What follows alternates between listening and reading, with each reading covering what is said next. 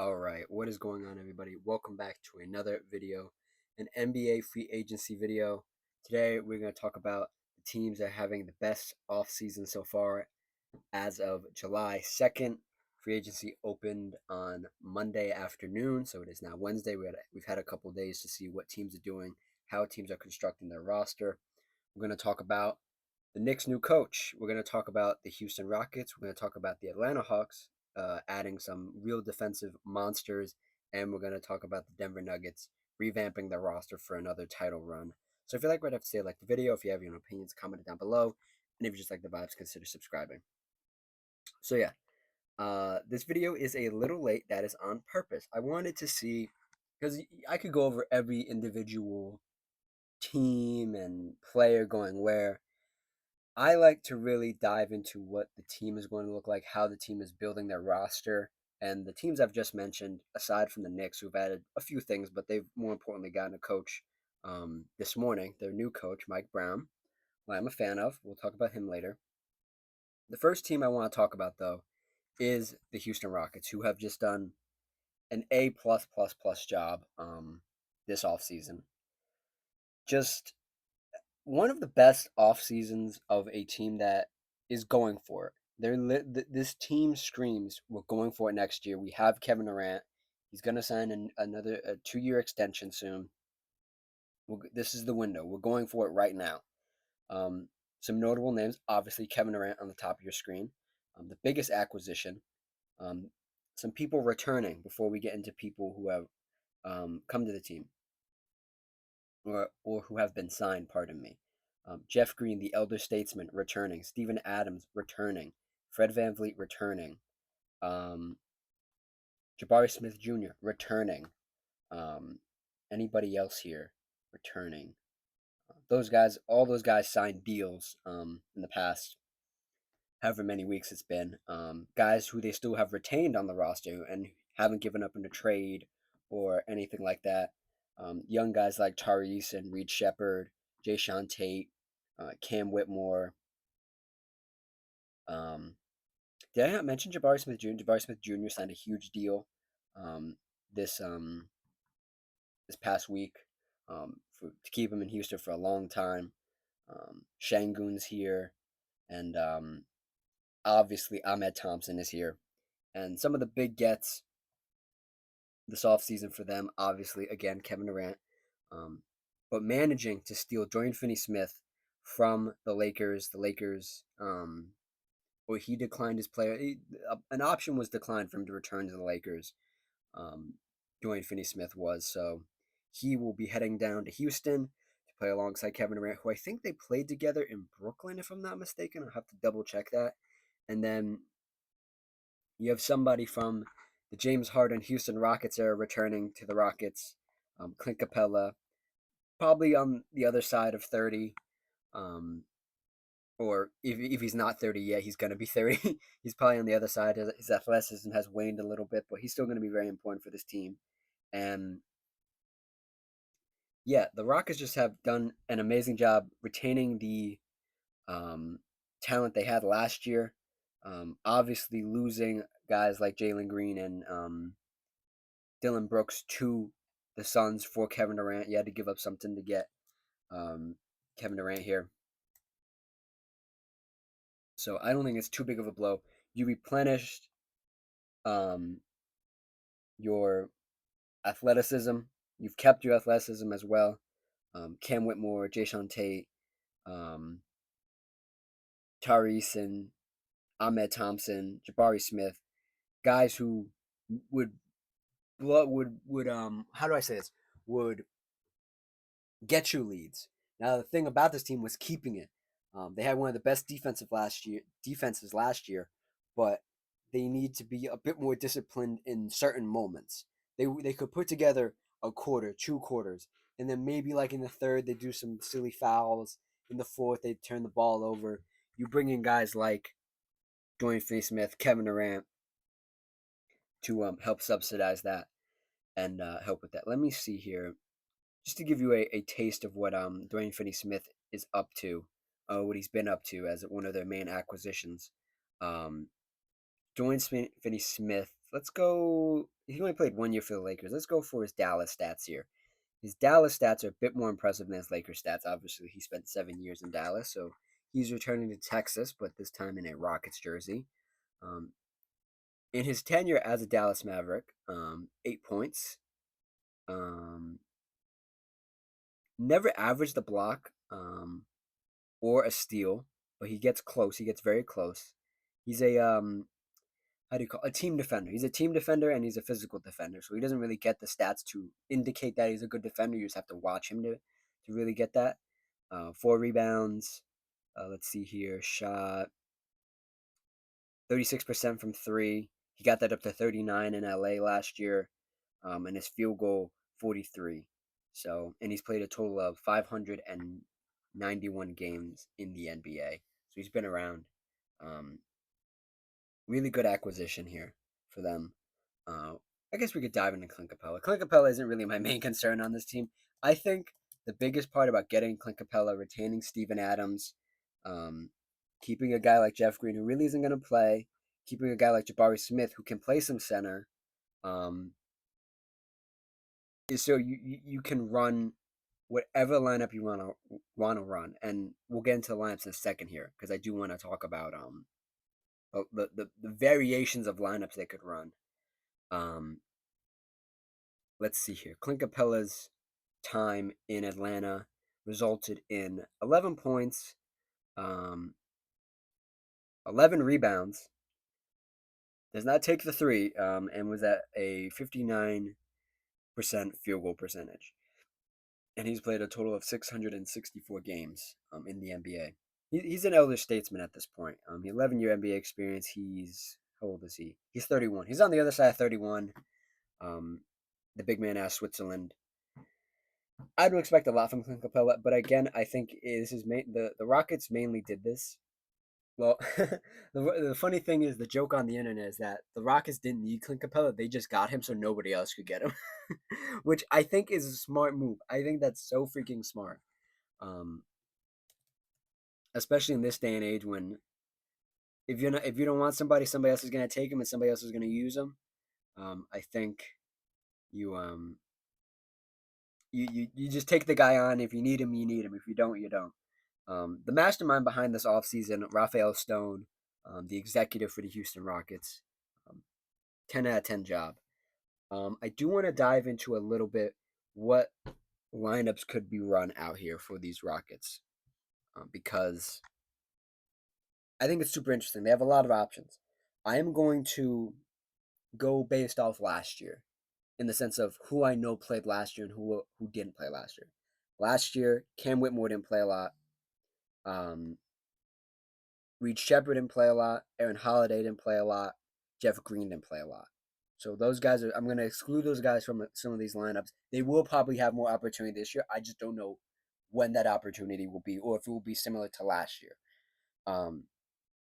So the thought process is that the people that are going to start are going to be Fred VanVleet at the point guard position, Kevin Durant at small forward, I think. Oh, well, yeah. Fred VanVleet. And then I think, well, then it would have to be, Ahmed Thompson at the 2, Kevin at the 3, Dorian Finney-Smith at the 4, and then Alperen Sengun at the 5. That combination is good. That's a really good combination. I'm a big fan of really mixing it up and really just going for it. That being said, I think any combination that includes the two big men, that be Steven Adams with Alperen Sengun, Clint Capella with Alperen Sengun.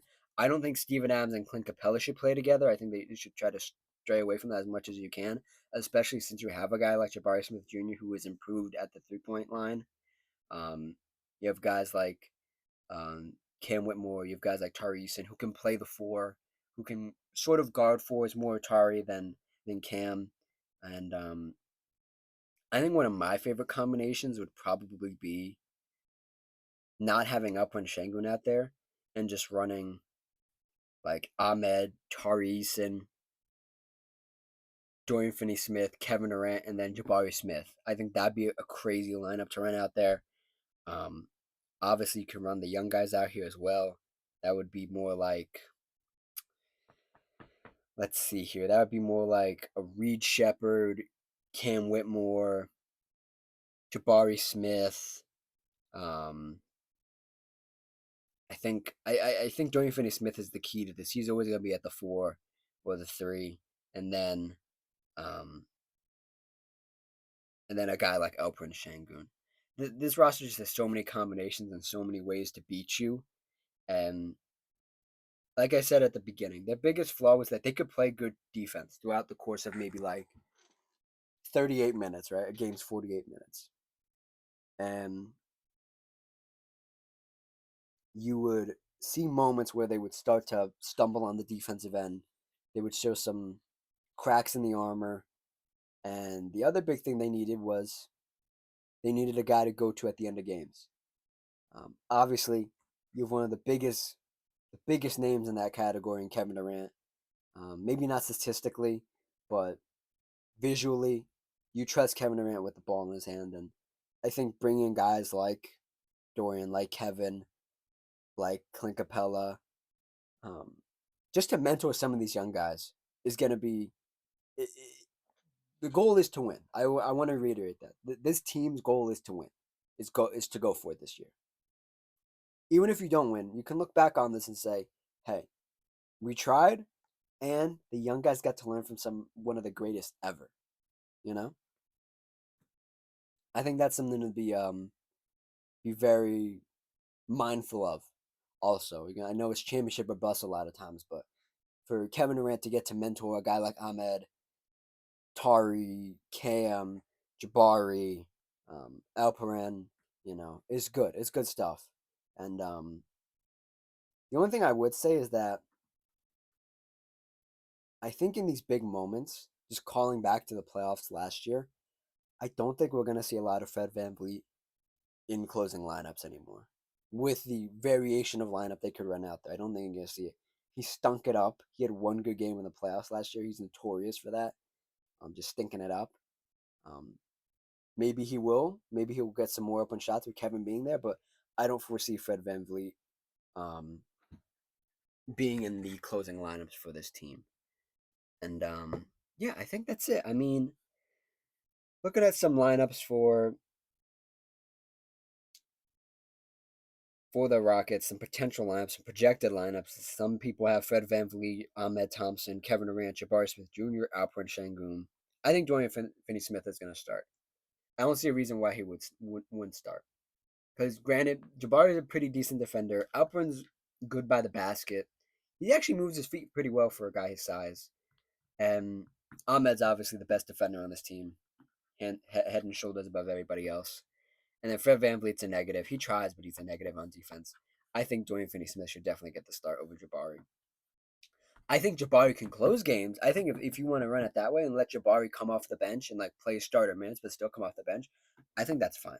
But knowing Ime Udoka as a coach, I think he would he'd value the defense, and if Dorian Finney-Smith has that 3 ball dropping, he'll probably start. Um, anything else of note about this Rockets team?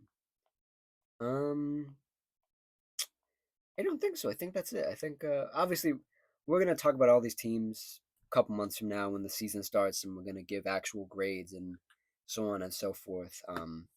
But for now, I mean, this I don't want to be too like the Thunder just had their championship parade. I don't want to talk about next year's champions yet. Um, but the Rockets are looking like they're going to pose the biggest threat to this Thunder team next year. I really like this Rockets team. As a Warriors fan, as a Steph Curry fan, I have to dislike the Rockets for many reasons, but I'm excited to see what they can do. It looks so much fun over there. It looks like so much fun over there. Moving on. The next team that I think had a great start to the offseason. It has revamped, not what's the word? I used revamped earlier. What's the word? they've resupplied. They got a supply drop. They got an influx of talent. They did not stand pat. They want to go for it again. Um, is the Denver Nuggets. Now, the biggest get isn't the guy on your screen in the bottom right, Cam Johnson from the Nets, who was dealt in a trade for Michael Porter Jr. Michael Porter Jr. will be a Net next year, and Cam Johnson will be a Denver Nugget. We'll talk about that in a second. But I really like this team. Let me read off to you. I will read off the guys returning as I do. Jamal Murray still here. Christian Braun, Aaron Gordon, Nikola Jokic, the big four, the mainstays, right? And then Julian Strawthard, Payne Watson, and then here's where it gets interesting. Here are guys they've either signed or traded for. Um, Jonas Valanciunas, great backup big, very underrated. I liked him when he was in Toronto. I liked him when he was his first stint in not his first stint, but like his first moments with the Pelicans were good. And I know they were a bad team, but I liked him on the Wizards. I think he provided a lot for that Wizards team that was really lost before they got their first overall or their second overall pick in Alex Sarr, and then they dumped Jonas to the Kings. Neither here nor there. Let's keep going. Um, this is a big get. These next two are big. They're super big. Tim Hardaway Jr. A microwave, can be very cold at times, but can be very hot. I like him next to Nikola Jokic though. He's gonna get a lot of open shots. He just has to make them. That's been his thing the last couple of years. Is that he has these open shots, and sometimes he really makes them, and sometimes he doesn't. The next guy returning from the championship run, Bruce Brown, fan favorite. Can't go wrong bringing back a fan favorite. And then obviously, in this projection, they have Cam Johnson starting in the starting lineup. Those are the guys that they've managed to get so far. And to me, this looks like a really good team. I like the way they've been constructing this team around Nikola Jokic, keeping similar players around him, but maybe a little bit more fine tuned. Obviously Bruce Brown very successful next to Nikola Jokic. If you go look at, you want to go look at his stats after he left Nikola Jokic, let me tell you, they were not good. He's a product of the system. He was not good. He was good because he was in the system. The system wasn't good because he was in it. Um, After he left the oh my, Denver. Oh wow, okay, so after he left Denver, he played in Indiana, he played in Toronto, and he played in New Orleans for a couple games. Um Damn, he really did play New Orleans. That New Orleans Bruce Brown jersey is gonna be rare. Um but looking at his stats here and his other stops, and I want to make it very clear. I'm a Bruce Brown fan. I liked him when he was in Brooklyn, when he was with Kevin Durant, when he was with did he play with Kevin Durant? Yeah, no, no, yeah, he played with Kevin Durant. Yeah, he played with Kevin Durant. I liked him there. I just think when you get so accustomed to playing with a guy of Nikola Jokic caliber, three-time MVP, makes the game easier for everybody else. You just anytime you go anywhere else after that, you probably look worse. Um, but let's see here. After he left Denver, he took a pit stop in Indiana, where he did score a bit more here. This is what is this? This is 12 points, um, 3 rebounds. Um, what is it? 3 points. 32% from three. That's one of his better years, or one of his worst years, but not a terrible year by his standards. And 47% from field goal. He played 33 games for the Indiana Pacers, and then he was in New Orleans for was this 23 games and was 8 points, um, 4 rebounds, 2 assists.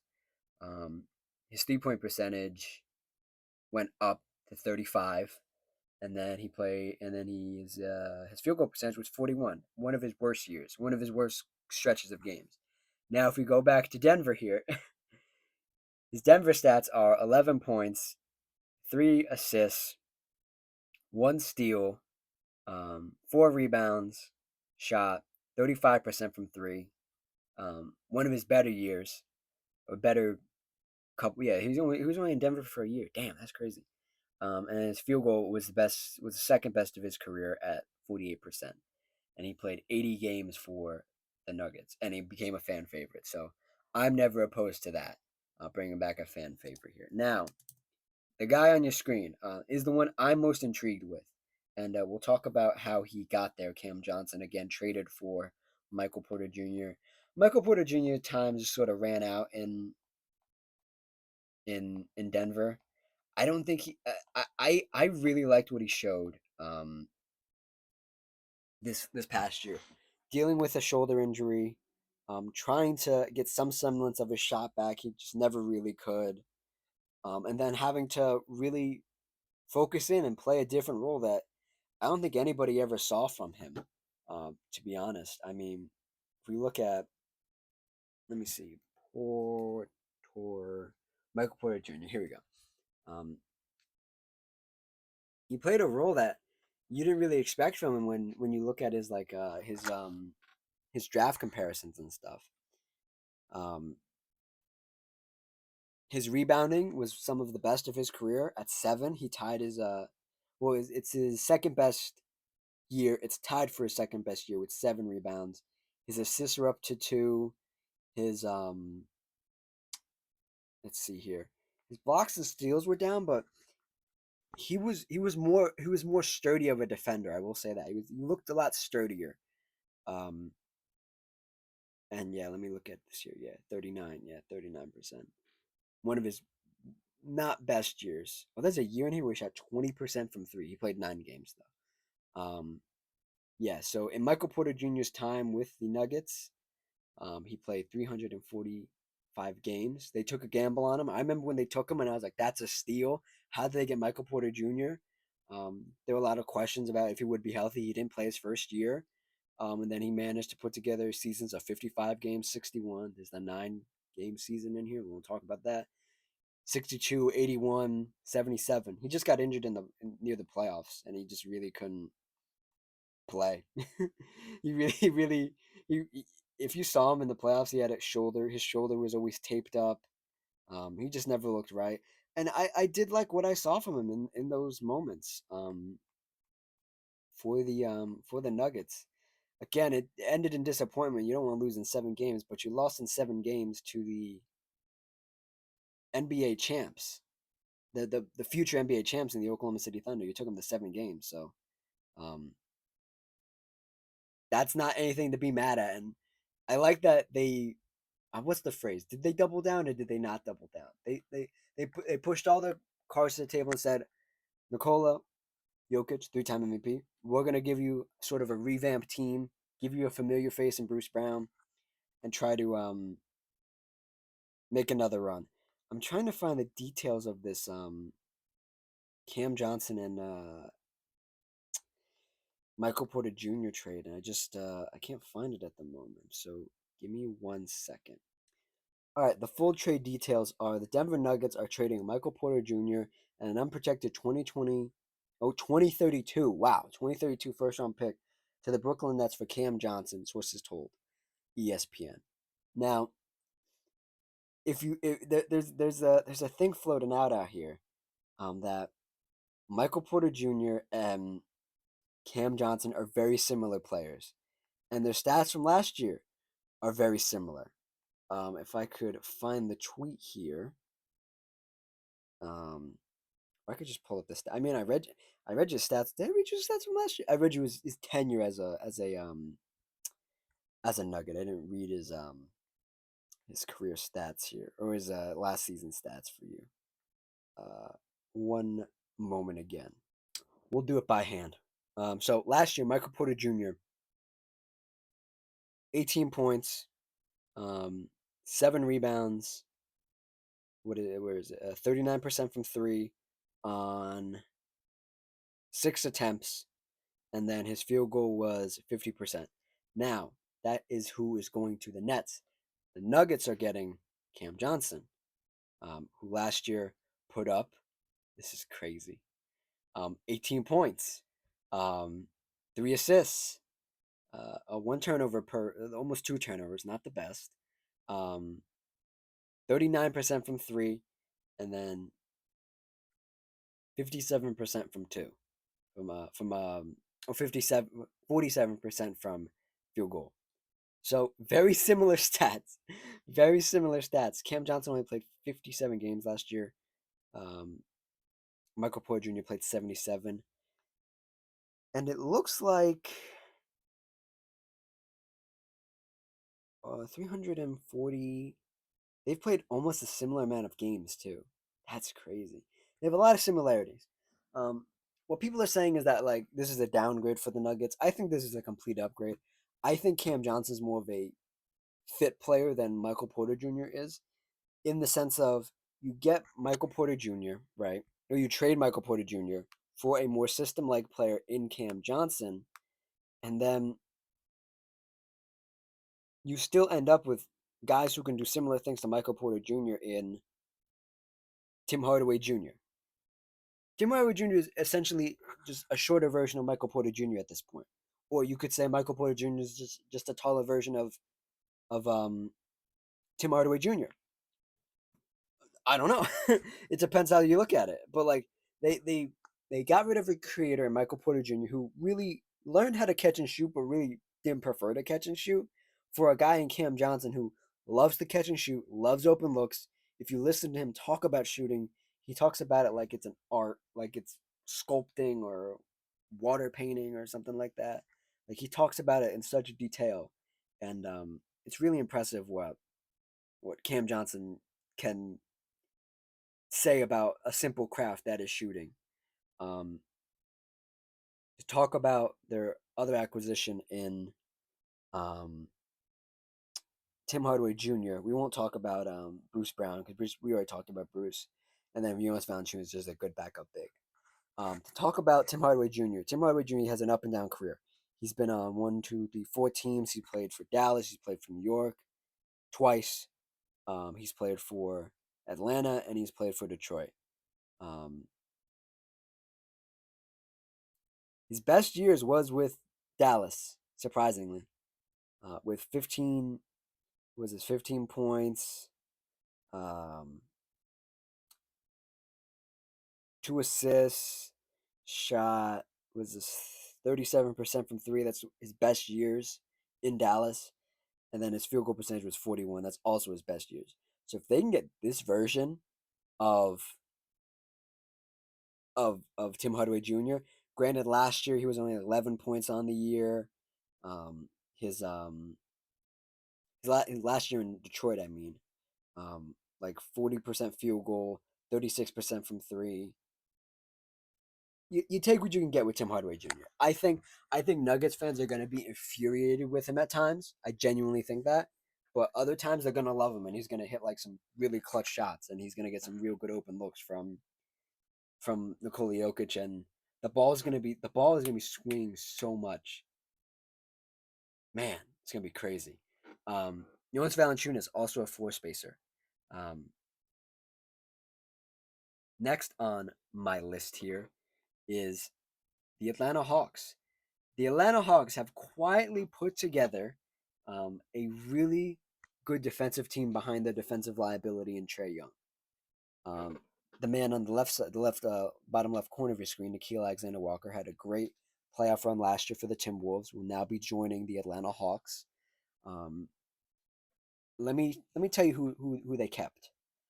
They've managed to retain Trae Young, who's their franchise cornerstone at this point. I'm not the biggest fan of Trae Young, but the way they've constructed this roster, I like this team more than I like Trae Young.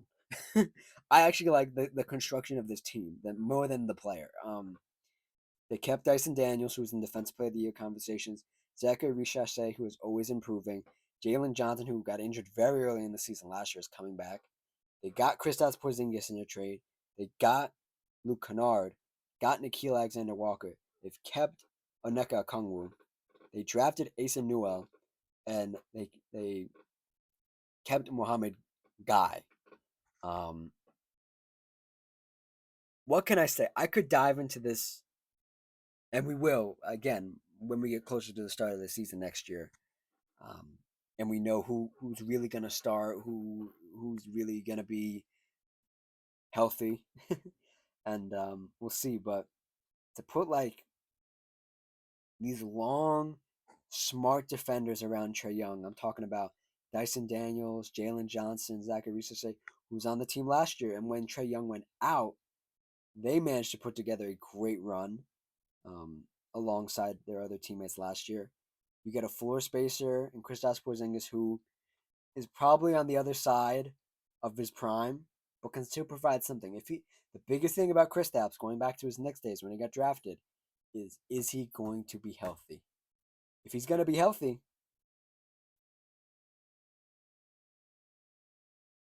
if he's going to be healthy, this team might be able to sneak into like the top five. They might be able to sneak into the top five. Um, bring in a sharpshooter like Luke Kennard, bring in Nickeil Alexander-Walker, who cousin of Shai Gilgeous-Alexander, MVP, um, making a name for himself in his own right. I've liked Nickeil Alexander-Walker for a while. I love him when his 3-point shot is falling. When he isn't, he proved to me this last postseason that he can get to the basket. He can take a little floater, a little mid range every now and then, but he makes his bones on the defensive end, and I really like that. Getting to run out there sometimes, you're gonna get to run Dyson Daniels and Nickeil Alexander Walker at the same time, and opposing guards are going to try to switch. They're going to try to switch. You're going to be switched on to Zachary Richachet. You're going to be switched on to Jalen Johnson. You're going to be switched on to Nneka Okongwu. This team is going to be so switchable and so smart defensively. And Gwen Snyder is such a good coach. I feel like he's always had a bad rap, um, but he's coached really good defensive teams, and he's had really good defensive players in Rudy Gobert, Jay Crowder. I'm trying to think of other names that he coached, but he's in Atlanta now coaching. I think this might be his third year as head coach. So he's going to have these boys locked in, and hopefully they're dialed in. And again, I'm not the biggest Trae Young fan. I'm not the biggest Atlanta Hawks fan. But man, do I love good roster construction. And this is great roster construction, let me tell you. Um, let's move on to our final team here, which we got some. This team would not have been here if it wasn't for this morning and me waiting for some news to come out. I didn't think we'd get any news, but we did. Um, they got their head coach, and I say that very tentatively because there was a lot of there's a lot of buzz. There's a lot of rumors going about. And I didn't talk about it because it was all rumors, it was all buzz, it was all bullshit. Um, The Knicks obviously fired Coach Tom Thibodeau. I talked about that in my Tom Thibodeau video and the Knicks exit and everything. I'll put a card in the top right corner. You can click it, check it out. And there was rumblings of bringing back an assistant coach that was on Tibbs' bench. He left for Cleveland. He stays in Cleveland. I believe that's right. Oh no, yeah, no, he stays in Cleveland. He also interviewed for the Phoenix job. Phoenix job was taken, so they did not get him. I like the idea of Michael Malone. Michael Malone, I think he got somewhat deep in the interview process, but didn't get the job, obviously. And then they wanted permission to interview other teams' coaches, like the Timberwolves, like Jason Kidd, who was a former Knick player. Um, they the Knicks just poked around. They were literally poking around everything they could poke around, trying to get teams to let them interview their head coach who already has a job. And every team literally said, "Hell no, you are not interviewing our guy. Kick rocks." And the the Knicks kicked rocks. And then there was a rumor that came out maybe a week or so ago, before this Mike Brown hiring, that they were talking to Dawn Staley of South Carolina, who is a very accomplished female uh, WNBA player, Olympic player, now head coach for South Carolina women's team, accomplished coach as well. Has coached a lot of WNBA greats and future greats, and like Asia Wilson, Aaliyah Boston.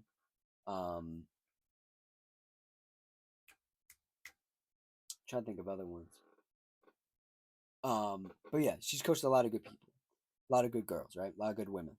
And then I never believed that one. I don't think Dawn Staley would ever leave um, South Carolina, especially for a next job that's so volatile. And then we got the news this morning that Mike Brown, two-time Coach of the Year, Mike Brown, is getting hired as the Knicks' next head coach. Um, in this, in light of this, I do want to go through the roster. They did manage to pick up Jordan Clarkson, who is a spark plug off the bench, very good player. I think we talked about him a little bit in my last video. He hasn't played the greatest the last couple years, but maybe on a new team with a new system with a new coach, they could get something done. Was I don't think Jordan Clarkson was on. No, I don't think Jordan Clarkson was on that team. Because Mike Brown did coach the the Lakers at some point. Yeah, bro, this is so crazy. Okay, so Mike Brown was the coach of the Lakers from 2012 to 2014. And then Jordan Clarkson gets drafted to the Lakers in 2014, 2015. So they barely missed each other. So now they get to team up in New York. The New York Knicks also got Gershon Yabusele, who had a crazy run in the Olympics last year, who got a contract. Um, Played okay for the Sixers. Now a New York Knick. That's basically all they've done. But I do want to talk about Mike Brown a little bit more. Mike Brown to me is just slightly better than Tom Thibodeau. And when I was thinking about adding the Knicks to this list, I was thinking about, does this raise their ceiling? Is Mike Brown a championship coach? I don't know. I want to believe he is, but at the same time, he has coached a lot of great players. He's coached many, many good players. He's good with personalities. He's a fun guy. He's a serious guy. He's a little bit less of a hard ass than Tom Thibodeau. And I think he's a bit more of a modern coach. And he's going to scheme a little bit more. The rotations are going to be better. They're going to be a little looser in the sense of the main guys, Mikal Bridges, Jalen Brunson, Karl-Anthony Towns aren't going to have to play heavy minutes. But I don't quite know if this is the right guy for this team right now. I really don't. Um, Looking at his whole coaching career actually in Cleveland 6 seasons, in Lakers 2, and Sacramento 3. I really like what he did with that Sacramento team, but that Sacramento team isn't anything like this Knicks team. I mean, he did get to coach De'Aaron Fox, who is a downhill player like Jalen Brunson, but Jalen Brunson is a little more methodical. So I really, and he got to coach Domantas Sabonis, and Karl-Anthony Towns of the Knicks isn't really like Domantas Sabonis, I guess, maybe, I don't know. So I don't know. I think he's a smart guy though. Let me see here. So in his time, okay, so yeah, in his time. Oh wait. I was looking at I was looking at his playoff wins and losses. I was like, how the hell did he only have 3 wins as the Sacramento Kings coach? So as the Kings coach last year and for the 2 seasons before that, he ended his tenure 107-88 in the regular season. He broke the playoff drought that the Sacramento Kings had, and he did a pretty good job.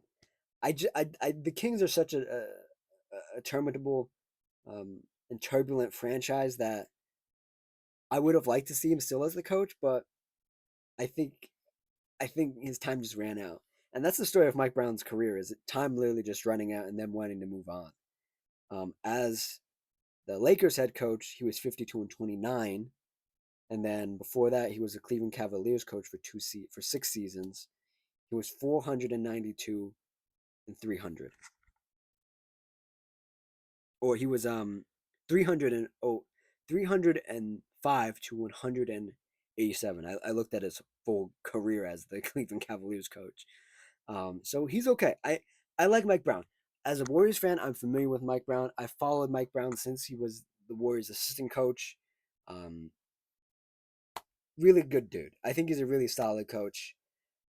The question is though, and his feet are going to be at the fire. He's coached in LA, so he knows what it's like to be like in that situation. Is he the right coach for this team in this moment? who need to go for it next year. Who will need to go for it next year because this team is going to get expensive. And there are going to be questions that need to be answered about who you're going to keep, who not you're going to keep. I don't think so. I think anything can happen in the East. I think he's probably one of the better coaches in the East. But I don't know if he's the right coach for this team in this moment. So yeah, that's all I have to say. He's on the right side, the right left-hand corner of your screen. If you didn't know who he was. So yeah, that's it. That's my free agency biggest winner so far as of July 2nd. We'll do another one of these tomorrow. I'm going to talk about just some little free agency things that have happened. We're waiting for the DeAndre Ayton decision. Indiana looks interested in him. We're waiting for a couple of dominoes to follow, but this has been a good offseason just for roster construction. I'm going to be so excited to see what every team looks like on by training camp and by summer league. So yeah, like, comment, subscribe, all that good stuff. Thank you for watching. Thank you for listening, and I will see you all next time. Cheers.